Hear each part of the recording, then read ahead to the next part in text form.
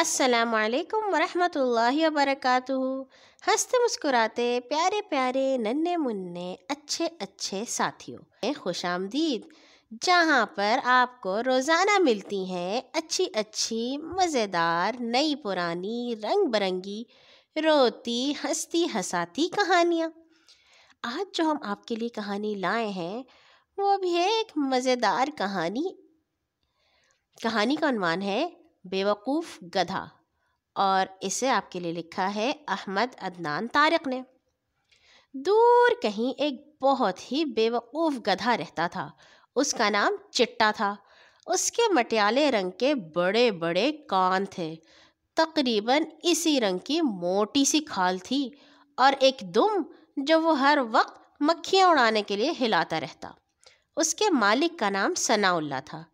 چٹے کو اپنے مالک سے بہت پیار تھا، لیکن ثناء اللہ اب گدھے کو ذرا بھی پسند نہیں کرتا تھا، کیونکہ کئی بار چٹا انتہائی حماقت سے بھرپور حرکتیں کرتا تھا۔ کئی دفعہ ثناء اللہ اس کی پیٹھ پر بیٹھ کر سڑک کے بیچوں بیچ جا رہا ہوتا اور اچانک چٹا ٹھہر جاتا۔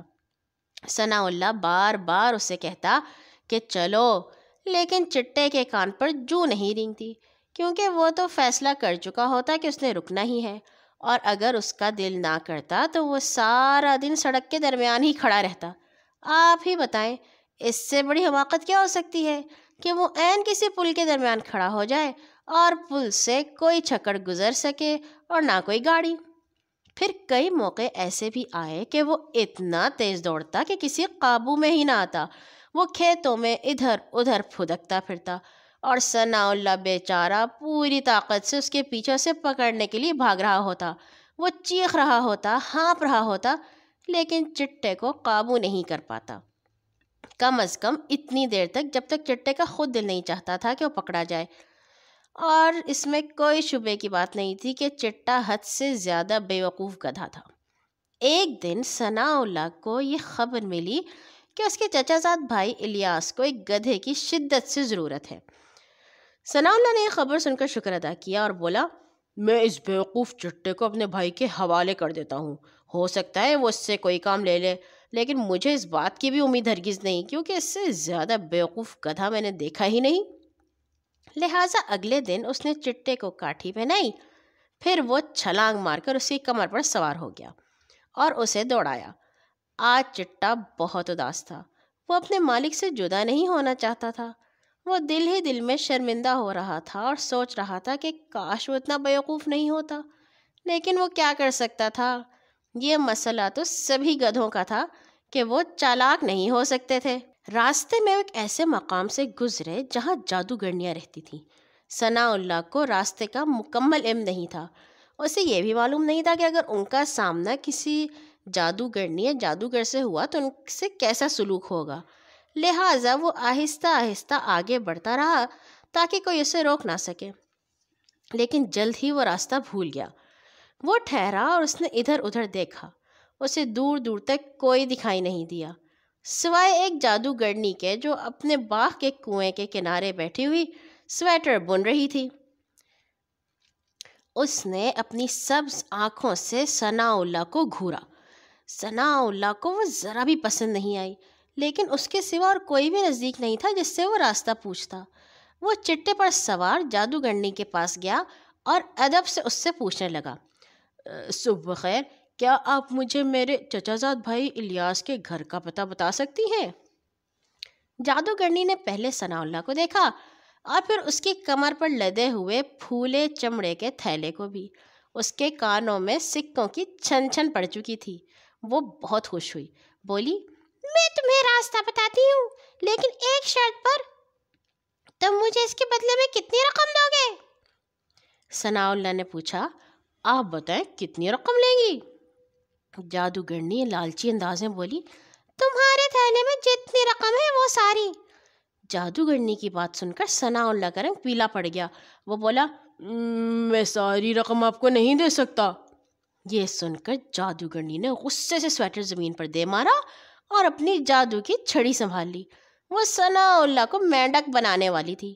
ادھر چٹا انتظار کر کے اکتا چکا تھا۔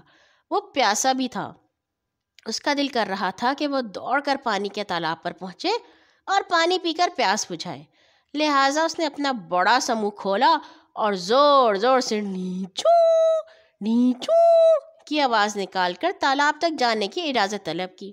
آواز اتنی اونچی اور خوفناک تھی کہ جادوگرنی کو اچانک جیسے دھکا لگا، اس کا توازن بگڑ گیا اور وہ کنویں کی منڈیر سے کنویں میں جا گری۔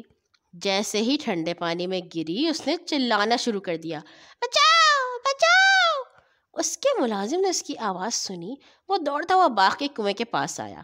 اتنی دیر میں چٹے نے ایک دفعہ پھر ڈھینچو ڈھینچو کیا اور پھر تالاب کی طرف دوڑ لگا دی۔ ثناء اللہ چٹے کا بہت شکر گزار تھا کہ اس کی وجہ سے جادوگرنی کنویں میں پڑی تھی، لیکن اب وہ چاہ رہا تھا کہ جادوگرنی کے باہر نکلنے سے پہلے انہیں وہاں سے بھاگ جانا چاہیے۔ ثناء اللہ نے چٹے کی بانگیں کھینچ کر اسے بھگانے کی کوشش کی، لیکن کہاں، چٹا بھی جی بھر کر پانی پینا چاہتا تھا۔ کم از کم 4 گیلن پانی چٹا پیتا تو پھر کہیں وہ سڑک پر بھاگ سکتا تھا۔ اتنی دیر میں جادوگرنی کا ملازم اسے ایک بالٹی کے ذریعے کنویں سے نکال چکا تھا۔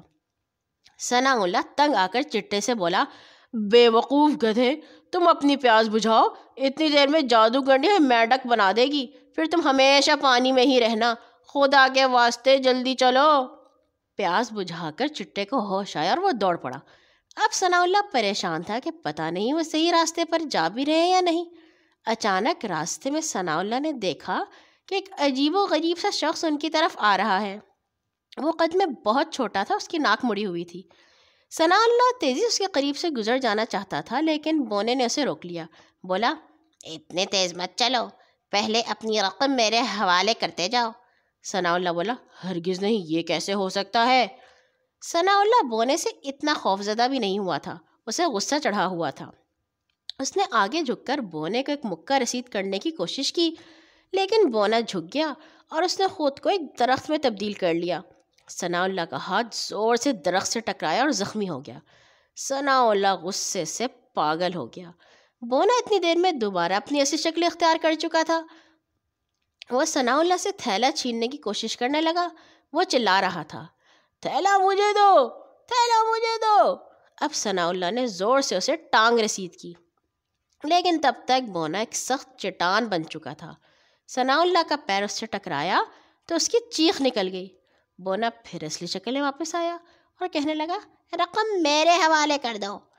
ثناء اللہ غصے سے گدھے سے نیچے اترا اور بونے کی طرف بھاگا تاکہ اسے پکڑ لے، لیکن لمحہ بھر میں بونا ایک کانٹوں بھرے ببول کے پودے کی شکل اختیار کر چکا تھا۔ ثناء اللہ کے ہاتھوں میں کانٹے چبھ گئے اور وہ درد سے بلبلا اٹھا۔ چٹا بڑے صبر سے کھڑا انتظار کر رہا تھا، لیکن جب اس نے ببول دیکھا تو وہ خوش ہو گیا، کیونکہ گدھے کے لیے اس سے مزیدار چیز کیا ہو سکتی تھی۔ ثناء اللہ کے منہ سے ایک لفظ بھی نہیں نکلا تھا کہ گدھے نے مزے سے ببول کو چبانا شروع کر دیا۔ ثناء اللہ چلایا، چٹے، تم بونے کو کھا رہے ہو۔ وہ دل ہی دل میں خوش بھی تھا اور خوفزدہ بھی، لیکن پھر اندازہ لگائے بغیر کہ آگے کیا ہونے والا ہے، وہ چھلانگ لگا کر گدھے پر سوار ہو گیا، جو ابھی بھی ببول کھانے میں مگن تھا، حالانکہ اسے اس کا ذائقہ کچھ عجیب سا لگ رہا تھا۔ وہ آگے بڑھ گئے، جلد ہی الیاس کے گھر کے نزدیک پہنچ گئے، جو ایک پہاڑی کی چوٹی پر بنا ہوا تھا، لیکن ابھی وہ منزل تک نہیں پہنچے تھے کہ راستے میں انہیں ایک بوڑھی اور لالچی عورت ملی جو بہت مضبوط لگ رہی تھی۔ وہ بھی تھوڑا سا جادو جانتی تھی۔ چلا کر بولی، رکو، مجھے فوراً اپنا گدھا دے دو، مجھے بہت لمبا سفر طے کرنا ہے۔ ثناء اللہ نے دیکھا کہ بہت طاقتور عورت ہے تو وہ گدھے سے اتر آیا اور سر جھکا کر بولا، یہ گدھا بکاؤ ہے، آپ اس کے ساتھ سونے کے سکے ادا کر کے لے سکتی ہیں۔ بوڑھی عورت غصے سے بولی، میں اسے مفت میں لے رہی ہوں۔ یہ کہہ کر وہ چٹے کے پاس گئی تاکہ اس پر سوار ہو سکے، لیکن چٹے نے جلدی سے اپنا منہ عورت کی طرف کر لیا۔ وہ اسے ذرا بھی پسند نہیں کر رہا تھا۔ وہ دوبارہ اس پر چڑھنے لگی، لیکن چٹے نے دوبارہ منہ عورت کی طرف کر لیا۔ وہ سخت غصے میں آ گئی۔ اس نے چٹے کو ایک چھڑی رسید کی۔ چٹے نے اپنے کان اٹھائے اور رینکنا شروع کر دیا۔ پھر اس نے اپنی پیٹھ جادوگرنی کی طرف پھیری اور جتنی زور سے اسے 2 لتی مار سکتا تھا ماری۔